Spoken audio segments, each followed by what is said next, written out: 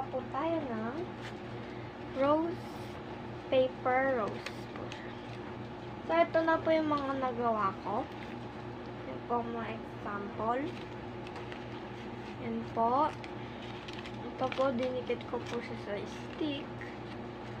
Wala po siya. Yan po. Dalawa pong paper rose. So, gilid po muna natin yan. Ang kailangan niyo po ay glue. Kahit ano pong glue.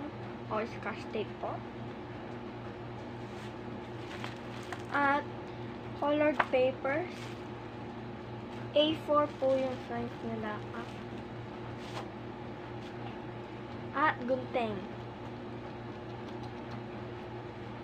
So, simulan na po natin. Kumuha po tayo ng color blue. So, blue po. Yan po siya. At start nyo pong mag-measure ng square na ano po dito. Kailangan nyo pong kumuha ng triangle.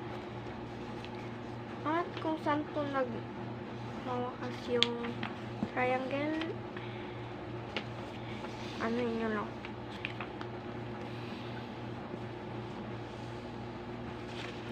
So, i-flip nyo lang po siya.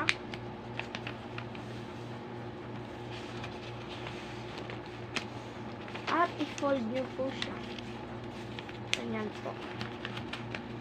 Lahati.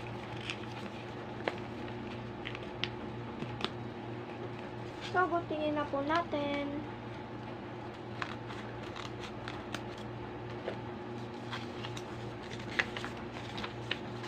Guntingin na po natin isa-isa ang ating cube.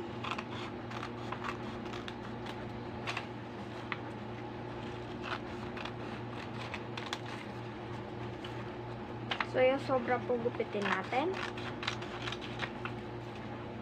At itabi lang po natin siya. So, dito naman po sa isa.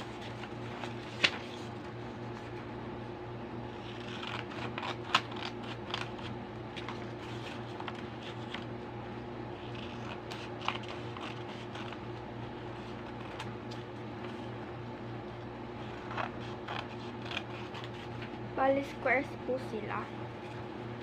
6 po ang magagawa nyo pag A4 ang size ng gagamitin nyo pong colored paper. So, base po yan sa inyo kahit ano po. At, kumuha na po tayo ng isa. At, i-shape po natin triangle. I-fold po natin pa triangle. Ganyan po. At, kupitin po natin yung sobra. At, tupipulin natin ng pa-triangle. Yan po.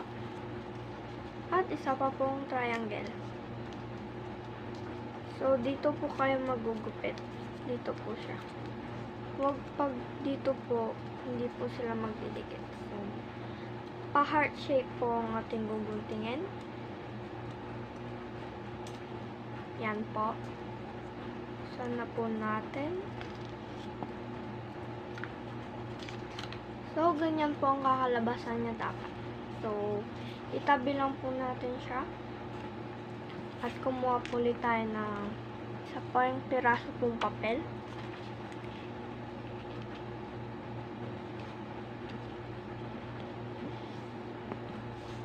At guntingin pong extra.